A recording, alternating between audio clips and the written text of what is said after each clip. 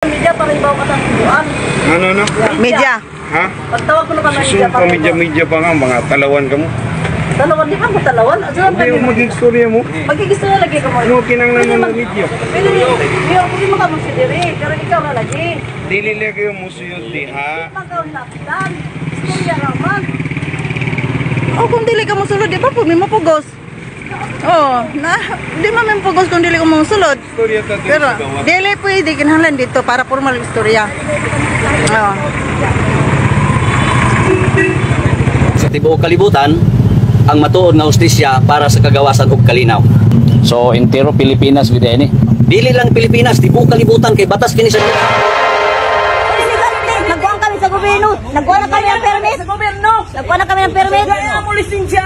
ang gobyerno walay lupa. Ano? Dato, ako Wala pang Republic of the Pamati. Philippines. pamati anay Kami mga dato ng decision makers ancestralan. Pamati ha. Kanos kami dili nagrespeto sa balaod niya. Ganun ang imo na balaod sa bang imo matub. Tapos naman ang 50 years. Tanong ko, Oo. Tapos na ang 50 years sa civil government. nag-invoke ka ng respeto sa kahustisya ha? Opo. So ngayon, You must know how to respect.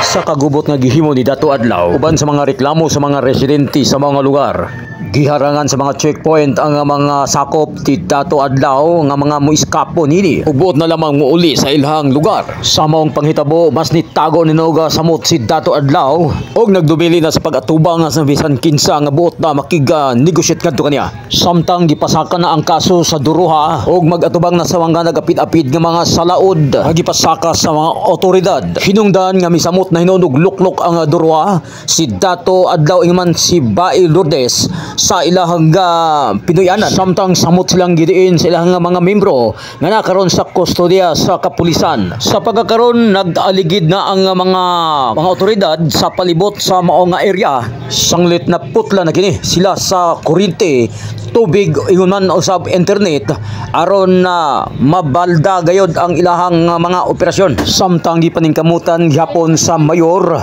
ang kahusay og kalinaw mapatuman sa maong grupo.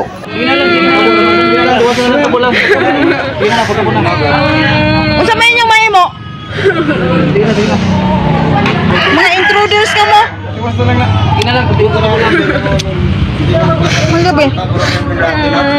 Uy, punay na.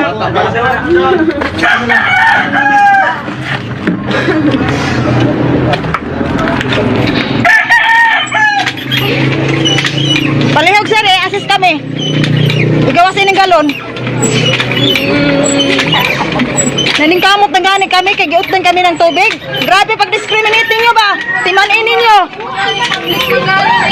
Apel ka mo, Pilipino versus Pilipino. Apel ninyo kaning among ipaglaban para nito nato tanan.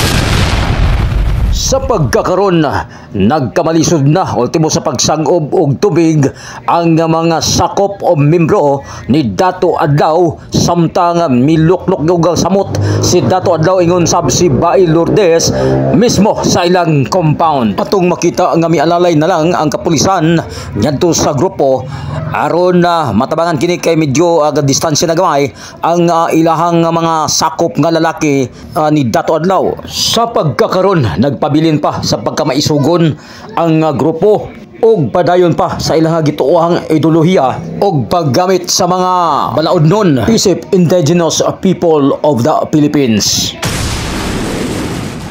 Kaninyong nga mga katawhan, alang usab sa inyong opinion, angay ba nga may tabo kini o angayan lang ba nga mahitabo gayod? Paki-comment lang sa comment section kung unsa ang imong hunahuna karon. Gisirhan nila ang kuan, koral dili na tapakabon. Di na tapakabon sa bomba. Gisirhan nila ang koral. Ingon sa gisirhan. Siya? Ang bomba ang tagiya sa dito sa gate. Gisirhan nila. Di na pasudlon si Jabe.